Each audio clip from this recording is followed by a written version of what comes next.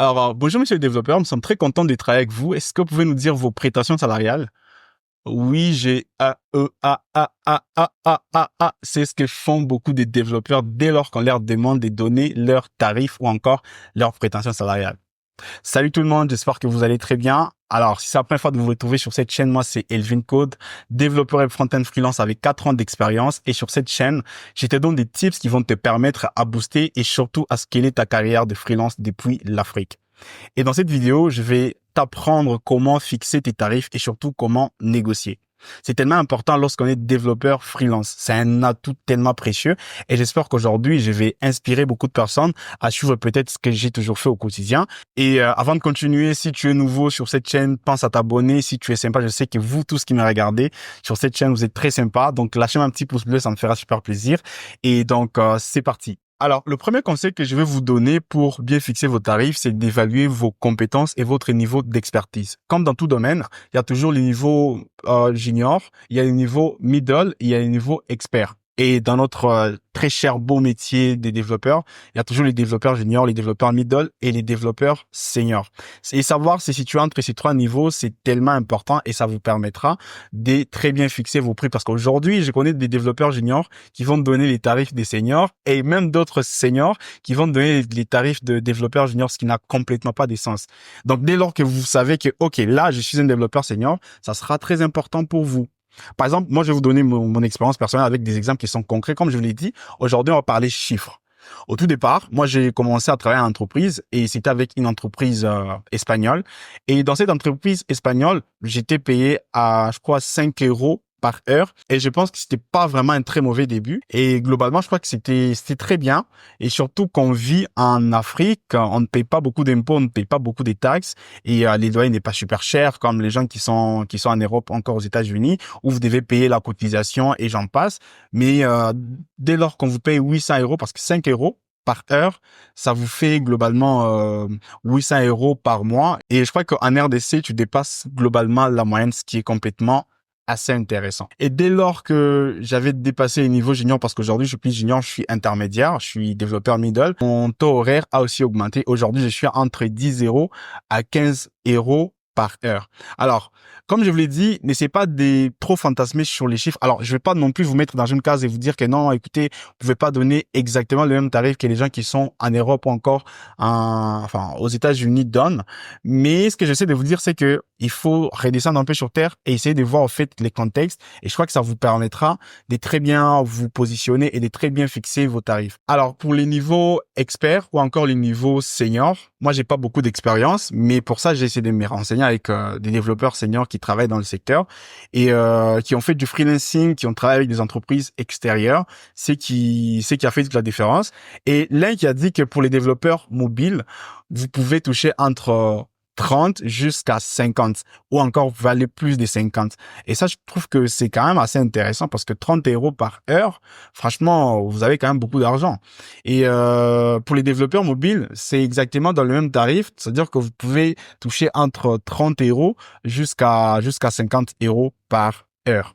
Maintenant, c'est quoi l'astuce pour très bien évaluer vos compétences ou encore votre niveau d'expertise? Moi, j'ai toujours identifié ma valeur unique sur le marché. Par exemple, si vous venez ici dans ma ville, à Lubumbashi, et que vous demandez à d'autres développeurs qui sont le meilleur développeur Vue.js, forcément, on ne peut pas prendre une à deux personnes sans passer par moi. Pourquoi? Parce que c'est ma technologie phare. Et lorsqu'on cherche des développeurs Vue.js, on pense directement à Elvin. Et ça, c'est quelque chose que je pourrais aussi vous conseiller. Alors, je vous demande pas d'être complètement dépendant d'une technologie, mais non, pas du tout. C'est plutôt d'essayer de rester focus sur un truc et devenir tellement meilleur que, votre singularité pourra en fait en sortir assez facilement. Alors, le deuxième conseil que j'aimerais vous donner pour très bien fixer vos tarifs, c'est d'analyser les marchés et la localisation de vos clients. Alors là, les gars, c'est un point tellement important.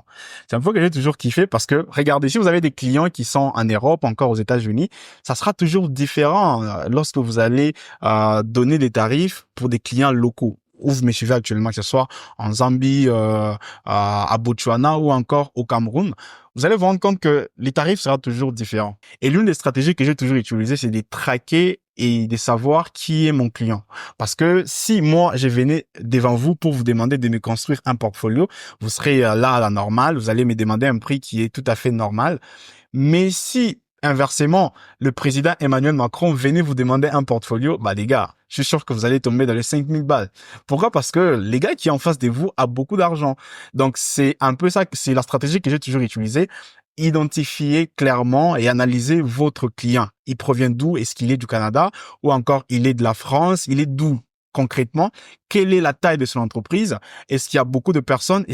Pourquoi il t'a choisi toi et non pas d'autres personnes? Bref, dès lors que vous avez ce genre d'informations, ça peut vous aider clairement à très bien fixer vos tarifs. Alors, j'espère que jusqu'à présent, tout va très bien, mais surtout, n'hésite pas à t'abonner. Pense à me lâcher un pouce bleu. Je sais que vous êtes sympa et nous devons ensemble construire notre communauté des développeurs freelance depuis l'Afrique. Alors, les gars, n'hésitez pas à me lâcher un pouce bleu. Ça me fera super plaisir. Alors, le troisième point que j'aimerais vous donner ici, c'est de déterminer votre modèle de tarification. Les gars, il faut savoir si vos tarifs, c'est plus par heure ou encore c'est un tarif qui est plutôt fixe. Oui, parce qu'il y a des gens qui vont venir, tu les rapportes un projet, ils vont te dire, ah, mais écoute, ton projet là, je crois que tu dois me payer des 1000 $. Il y a des gens comme ça. Mais maintenant, je vais vous donner mon conseil personnel.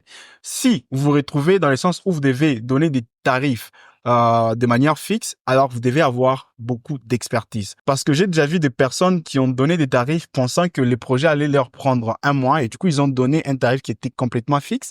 Mais par manque de justesse et d'expertise, ils se sont retrouvés à travailler pendant 3 mois, pendant 4 mois. Et du coup, les gars, si par exemple vous avez demandé 1000 $ pour un projet, pensant que ça devait par exemple vous prendre un mois, mais que vous vous retrouvez à travailler pendant 3 mois, pendant 4 mois, vous vous rendez compte que ça peut vraiment vous frustrer. Ben, du coup, si vous êtes encore débutant, je vous conseillerais de beaucoup plus miser sur les tarifs horaires que les tarifs fixes. Parce que pour ça, il faut avoir assez d'expertise pour se dire que, OK, telle fonctionnalité pourra me prendre X ou encore Y temps. Voilà. Donc, je pense que en essayant de beaucoup plus switcher entre les deux, ça vous permettra de très bien déterminer votre tarification. Alors, le quatrième point que j'aimerais vous donner qui vous permettra de très bien donner des tarifs qui sont cohérents, c'est de créer des packages de services. Par exemple, sur votre portfolio, que j'ai toujours conseillé d'ailleurs d'en avoir, vous pouvez écrire que mes services commencent de 500 $ à plus.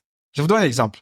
Il y a par exemple le plan basique où vous pouvez dire qu'une landing page sans animation, donc pas de JSAP, pas de swiper comme vous voulez ou encore Framer Motion pour ceux qui font du React, c'est à 500 $.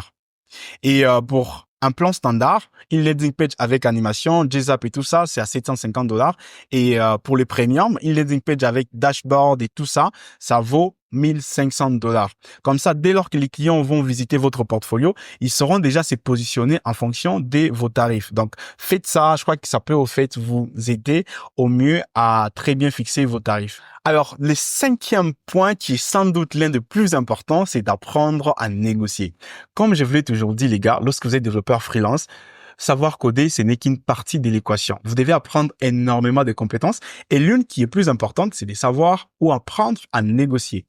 Alors, maintenant, je vais vous donner des exemples qui sont concrets. Comment ça marche? Lorsque vous voulez, par exemple, travailler pour 5 € pour les débutants, vous voulez, par exemple, travailler pour 5 € l'heure, commencez avec un prix comme 7,5 $ ou encore 7,5 € par heure. Les clients vont venir vous dire, non, non, mais je crois que c'est quand même beaucoup plus cher. Est-ce qu'on peut descendre? Alors là, vous pouvez descendre jusqu'à 5.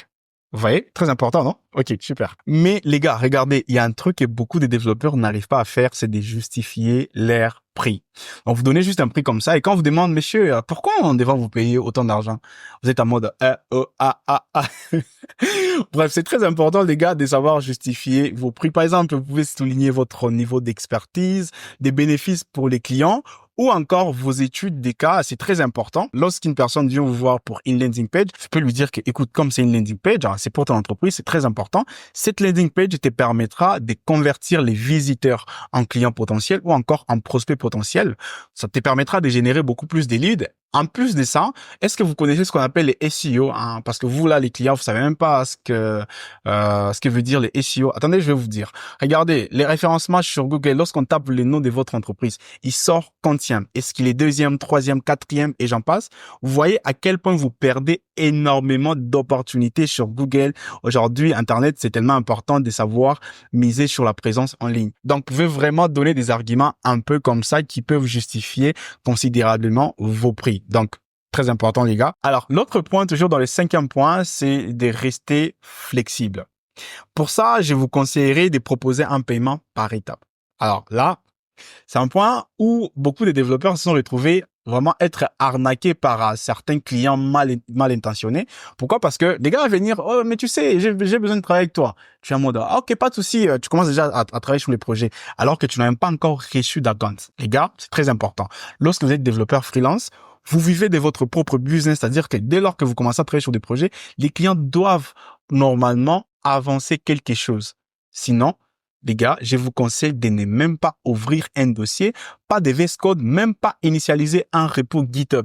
Ne les faites pas. Il faudrait que les clients arrivent à avancer entre 30 à 40% ou encore jusqu'à 50%, mais je vous déconseille aussi de prendre beaucoup d'argent en avance parce que vous pouvez manger beaucoup d'argent et avoir maintenant la flamme de travailler. Donc les gars, pensez toujours à rester flexible dans votre travail. C'est très important. Alors là, les gars, je vais vous donner un autre exemple où je vais évoquer des chiffres. Un client pourrait vous dire que non, écoute, c'est très cher. Du coup, est-ce qu'il y aurait moyen de revoir le prix? Moi, j'ai eu cette expérience il y a pas très longtemps lorsque je passais des développeurs juniors à middle. En gros, il y a un client qui arrive et qui me dit, écoute, Elvin, j'ai besoin de travailler avec toi. Est-ce que tu peux me donner ton taux horaire? Je lui dis, écoute, je suis à 10 euros par heure. Maintenant, les gars, ils me disent, non, c'est quand même très cher. 10 euros, ça paraît un peu normal, mais je pense que sur un mois, on sera pratiquement à 1600 euros. Et 1600 euros, je crois que c'est quand même beaucoup trop. Alors, il me dit, écoute, est-ce qu'il y aurait pas moyen de renégocier? Je lui dis, pas de souci. J'ai envie de travailler avec toi. Regardez les mots, les phrases que je vais construire. J'ai envie de travailler avec toi. C'est un projet qui me passionne énormément et j'aimerais considérablement contribuer à votre projet. Et donc, pour ça, au lieu que vous me payiez directement les 10 euros par heure, pour le premier mois, je vais vous faire moins 25%. Mais dès lors qu'on va dépasser le premier mois, alors on va retourner à 10 euros par heure. C'est-à-dire que pour le premier mois, il devrait me payer 1200 dollars par mois. Et le deuxième mois, il devrait maintenant me ramener à 1600 dollars. Enfin, 1600 euros. Et là, il me dit, OK, c'est pas mal, hein, c'est pas mal. Let's go, Elvin. Et là, on était parti. Donc, l'art de la négociation. Montrez au client que c'est tellement important. Vous voulez contribuer au projet, vous voulez l'aider, vous voulez devenir une sorte de partenaire. Bref, ça marche dans la plupart des cas, les gars. Alors, le 7e point que j'aimerais vous conseiller ici de faire, les gars, c'est d'apprendre à augmenter vos tarifs au fur et à mesure que vous évoluez. Alors maintenant, je connais beaucoup de développeurs, depuis qu'ils étaient à 5 euros, voilà, ils sont restés là, stagnés, voilà, ils veulent pas tout simplement évoluer ou encore augmenter leur prix. Il faut apprendre à augmenter. Plus vous évoluez, plus vos tarifs doivent aussi évoluer. Je connais une personne qui est arrivée sur LinkedIn et qui a dit, bon, les gars, vous savez quoi? D'ici le 1er janvier, là, écoutez, je vais faire plus 50% encore, plus 25%. Pourquoi? Parce que il sait qu'on est lui-même, que ben voilà, c'est très important pour moi d'augmenter mes tarifs. Donc, apprenez à le faire, c'est très important. Ça vous permettra surtout d'avoir une cohérence entre votre expertise et l'argent qu'on vous paye, tout simplement. Alors, les gars, si vous êtes arrivés jusqu'à ce niveau, j'aimerais juste que vous puissiez me dire en commentaire un petit oui. Je verrai que vous êtes arrivé jusqu'à la fin de la vidéo.